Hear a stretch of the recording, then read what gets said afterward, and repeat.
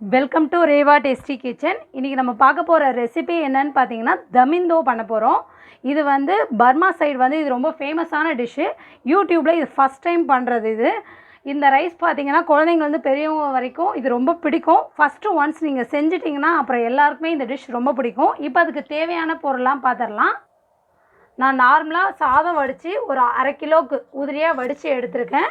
அதுக்கப்புறம் நெக்ஸ்ட்டு பார்த்திங்கன்னா 4 பெரிய சைஸ் வெங்காயத்தை நீல வாக்கில் பொடிசாக கட் பண்ணியிருக்கேன்.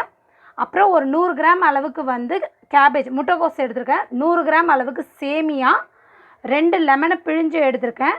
ஒரு 25 காஞ்ச மிளகாய் வந்து பொடி பண்ணி மிக்சர் ஜாரில் பொடி பண்ணி இது மாதிரி எடுத்து வச்சுருக்கிறேன். நெக்ஸ்ட்டு பார்த்திங்கன்னா 2 முழு பூண்டு பல், பெரிய பூண்டு பல் 2 கட் பண்ணி உரித்து வச்சுருக்கேன். இது 50 கிராம் அளவுக்கு வந்து உடச்சக்கல்ல பொடி பண்ணி எடுத்திருக்கேன். இதுக்கு தேவையான அளவுக்கு கொத்தமல்லி, தேவையான அளவுக்கு எண்ணெய், நெக்ஸ்ட்டு தேவையான அளவுக்கு உப்பு, 3 உருளைக்கிழங்கு வேக வச்சு எடுத்திருக்கேன். இது எப்படி செய்யலான்றதை பார்த்துடலாம். இப்போ நான் அடுப்பில் வந்து ஒரு பவுல் வச்சுருக்கேன். அது நல்லா கொதி வந்துருச்சு. இப்போ பார்த்திங்கன்னா இதோட இந்த சேமியாவை ஆட் பண்ணிடுறேன். நான் சேமியா வந்து பாதி அளவுக்கு குக் ஆகணும், ரொம்ப குக் ஆகணும்னு அவசியம் இல்லை. உதிரியாக நம்மளுக்கு வரணும், அந்த அளவுக்கு தான். இது கொஞ்சம் நேரம் வெந்து வரட்டும். இப்போ பார்த்திங்கன்னா சேமியா நல்லா கொதி வர ஆரம்பிச்சிருச்சு. இப்போ இதில் நான் சேமியாவுக்கு தகுந்த அளவுக்கு உப்பு ஆட் பண்ணிக்கிறேன். இது இன்னும் கொஞ்சம் நேரம் வேகணும். இது வந்து வெந்துடுச்சு. இந்த டைமில் நம்ம அடுப்பு ஆஃப் பண்ணிடலாம். இப்போ இதோடு நம்ம பச்சை தண்ணி ஆட் பண்ணுறப்போ வந்து ஒட்டாது. இது நல்லா உதிரியாக இருக்கும். இப்போ நம்ம இதை ஃபில்ட்ரு பண்ணி எடுத்துகிட்டு கையில் பிரித்து விட்டுறணும் நல்லா. திரும்ப நம்ம ஒரு பவுலில் வந்து தண்ணி ஆட் பண்ணியிருக்கேன். அது நல்லா கொதி வந்துருச்சு. இப்போ இதுக்கு தேவையான அளவுக்கு கொஞ்சமாக உப்பு ஆட் பண்ணிக்கிறேன். இந்த கோஸை நம்ம ஆட் பண்ணிடலாம். கோஸ் வந்து ஒரு கொதி வந்தோன்னே ஆஃப் பண்ணிவிட்டு இதையும் ஃபில்ட்ரு பண்ணி எடுக்க போகிறோம் நம்ம. இப்போ இது நல்லா கொதி வந்துருச்சு. இந்த அளவுக்கு போதும். இதை வந்து நான் இப்போ ஃபில்ட்ரு பண்ணி எடுத்துடுறேன் இந்த கோஸையும். இப்போ நான் கடாயில் வந்து எண்ணெய் ஹீட் பண்ணியிருக்கேன். எண்ணெய் ஹீட் ஆகிடுச்சு. இதில் இந்த பூண்டை ஆட் பண்ணிக்கிறேன். இது நல்லா ப்ரௌனிஷ் ஆகணும். மீடியம் ஃப்ளேமில் தான் வச்சு குக் பண்ணுறேன்.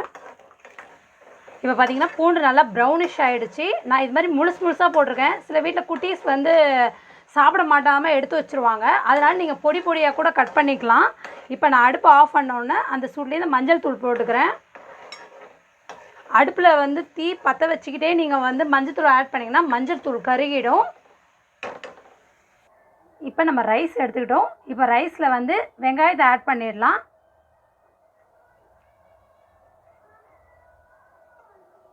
இதை லைட்டாக இப்போ மிக்ஸ் பண்ணி விட்டுருவோம். இதுக்கப்புறம் நெக்ஸ்ட்டு வந்து நம்ம இந்த கோஸ் ஆட் பண்ணிடலாம். அந்த வேக வச்ச கோஸை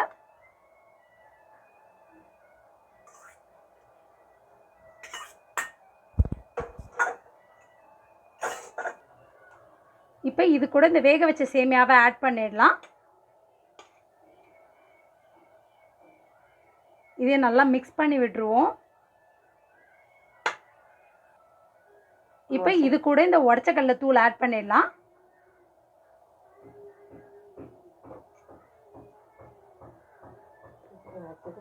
இப்போ இது கூட இந்த உருளைக்கிழங்கை நல்லா மசிச்சு விட்டுருவோம்.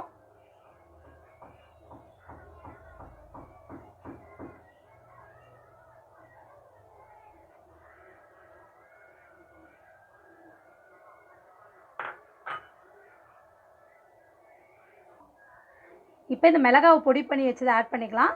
ஃபஸ்ட்டு கொஞ்சமாக ஆட் பண்ணிக்கலாம். ஏன்னா காரம் அதிகமாகிடக்கூடாது. நம்ம கொஞ்சோண்டு ஆட் பண்ணிட்டு டேஸ்ட் பார்த்துட்டு அப்புறமேட்டு பார்த்துக்கலாம். இப்போ வந்து நெக்ஸ்ட்டு வந்து நம்ம பூண்டு இந்த மஞ்சள் தூள் எண்ணெயில் பொரிச்சோம்ல, இப்போ அதை வந்து ஆட் பண்ணிட போகிறோம். அதோட அந்த எண்ணெயோடையே ஊற்றிடலாம்.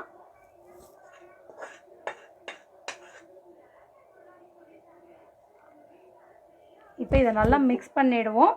நெக்ஸ்ட்டு இதுக்கு தேவையான அளவுக்கு உப்பு ஆட் பண்ண போகிறோம். நம்ம ஏற்கனவே ரைஸில் வேறு ஆட் பண்ணியிருக்கோம், அதனால் பார்த்து சேர்த்துக்கலாம்.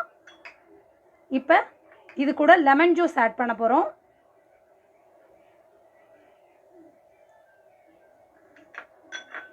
இப்போ இதை நல்லா மிக்ஸ் பண்ணி விட போகிறோம். இப்போ நல்லா ஈவனாக மிக்ஸ் பண்ணிடணும். ஏன்னா எல்லாமே நம்ம மேலாப்பில் தான் சேர்த்துருக்கோம்.